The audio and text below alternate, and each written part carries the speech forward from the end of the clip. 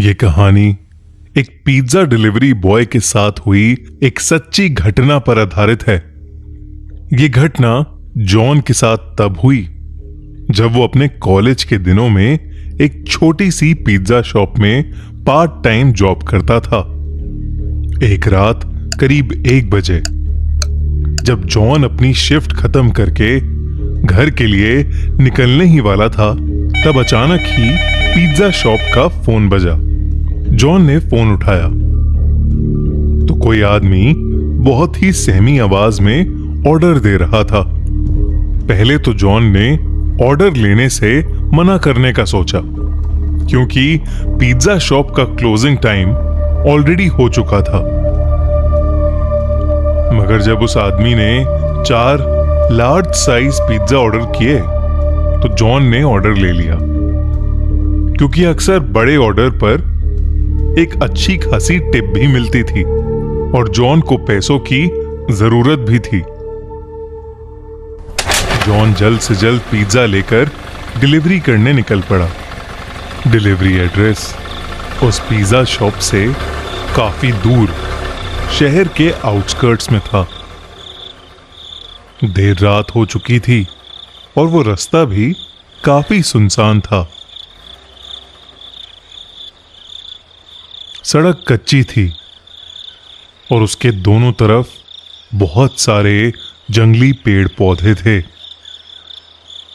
रास्ते में कोई स्ट्रीट लाइट भी नहीं जल रही थी, जिसकी वजह से वहां अंधेरा ही अंधेरा था। कुछ और देर की ड्राइविंग के बाद जॉन उस एड्रेस पर पहुंच गया।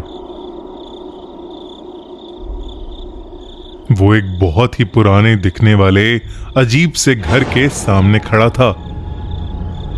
वो घर फॉरेस्ट एरिया के अंदर था और उस घर की कोई भी लाइट नहीं जल रही थी, बल्कि आसपास कुछ हलचल भी नहीं थी। बिल्कुल ऐसा लग रहा था कि जैसे वो घर सालों से वीरान पड़ा है और उस घर में कोई रहता ही ना हो। जॉन उस घर को देखकर थोड़ा घबरा रहा था, इसलिए उसने अपने मैनेजर को कॉल किया। वो अपने मैनेजर को वो सिचुएशन एक्सप्लेन करके वहां से वापस चले जाना चाहता था, लेकिन उसके मैनेजर ने फोन ही नहीं उठाया।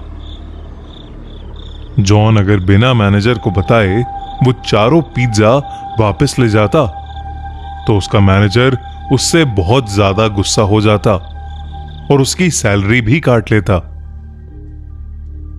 इसलिए जब बार बार कॉल करने पर भी उसके मैनेजर ने फोन नहीं उठाया तो उसने एक बार उस घर के पास जाकर डिलीवरी ट्राई करने का मन बनाया।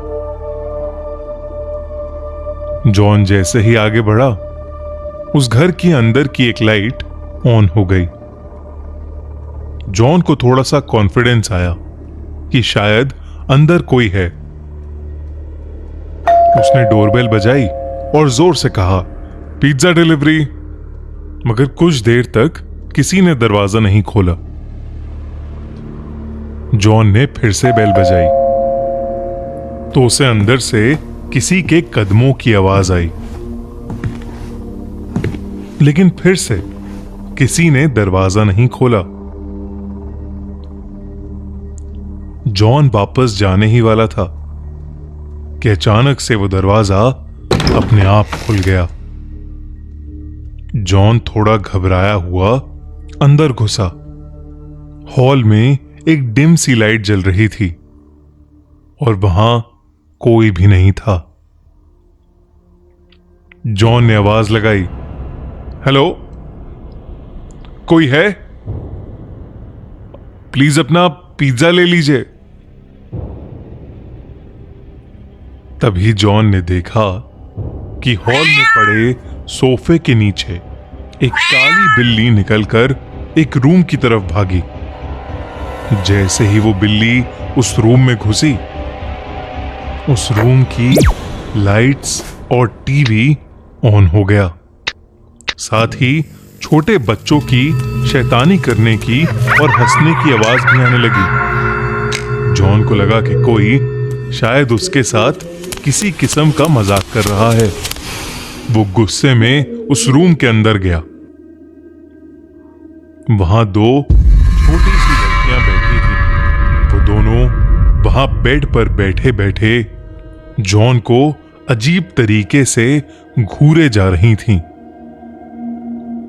जॉन उनसे कहने लगा कि वो कब से डोरबेल बजा रहा है और वो लोग हैं कि दरवाजा ही नहीं खोल रहे। जॉन उन पर गुस्सा कर रहा था, लेकिन वो दोनों फिर भी वहीं बैठी बिना कुछ बोले बस जॉन को घूरे जा रही थीं। जॉन ने फिर कहा, मैं पिज्जा देने आया हूं। तुम्हारे घर में कोई बड़ा है जिससे मैं पेमेंट ले सकूं? अचानक उन लड़कियों की आंखों का रंग सफेद पड़ गया और उनकी चुप्पी एक खतरनाक हंसी में बदल गई।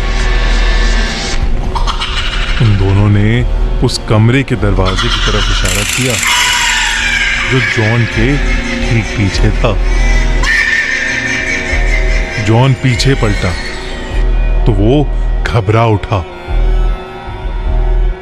उसके हाथ से चारों पिज्जा के डब्बे नीचे गिर पड़े क्योंकि उसके ठीक सामने एक भयानक औरत का साया खड़ा था। ये सब देखकर जॉन डर के मारे कांपने लगा। वो जैसे तैसे अपनी बाइक की तरफ भागा और वहां से निकल गया। उस औरत का साया और वो दो लड़कियां उस घर के दरवाजे पर खड़े हुए उसे जाते देख रहे थे। जॉन अभी कुछ ही दूर पहुंचा था कि उसे फील हुआ कि उसकी बाइक खराब हो रही है। एकदम से बाइक के घिसटने की आवाज आने लगी और बाइक बंद पड़ गई। सहमा हुआ जॉन बाहर निकला और उसने देखा कि उसकी बाइक का टायर पंक्चर था। उसने डर के मारे पुलिस को फोन मिलाया और जल्द से जल्द मदद मांगी। वो आसपास देखने लगा और अचानक ही उसकी नजर बाइक के रियर व्यू मिरर पर पड़ी, जिसे देखकर उसके पैरों तले जमीन खिसक गई। बाइक के पीछे उस औरत का साया और वो दो बच्ची खड़ी थीं। वो तीनों धीरे धीरे जॉन की तरफ जा रहे थे। जॉन हड़बड़ा के बाइक वहीं छोड़कर जंगल की तरफ दौड़ने लगा। दौड़ते दौड़ते वो बहुत थक गया और एक बड़े से पेड़ के पीछे जाकर छुप गया। वो बस अपनी जान के लिए दुआएं मांगने लगा कि कुछ ही देर में उसे दूर से पुलिस सायरन की आवाज आई और उसने अपनी बची हुई हिम्मत लगाकर अपनी बाइक के पास वापस दौड़ना शुरू कर दिया।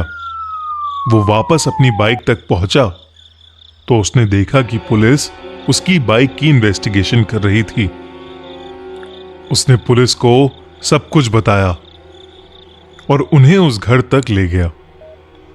पुलिस ने उस घर के अंदर जाकर जांच पड़ताल की, लेकिन उन्हें एक जंगली बिल्ली के अलावा उस घर में कोई नहीं मिला। अगली सुबह जॉन को यह पता चला कि वो घर पिछले 3 सालों से खाली पड़ा है और तो और 3 साल पहले उस घर में एक औरत और उसकी 2 छोटी बेटियां रहती थीं, जिनका एक रोज अचानक मर्डर हो गया था। ये जानकर जॉन के होश उड़ गए। उसे समझ आ गया कि उस दिन जिन लोगों को उसने देखा था वो उस औरत और उसकी छोटी बच्चियों की आत्मा ही थी, जो शायद आज भी उस घर में कैद है। मगर उसे कभी यह समझ नहीं आया कि वो फोन आखिर किसने किया था। इस हादसे के बाद जॉन ने पिज्जा डिलीवरी की नौकरी छोड़ दी लेकिन वो जब भी वो हादसा याद करता है तो बुरी तरह कांप उठता है।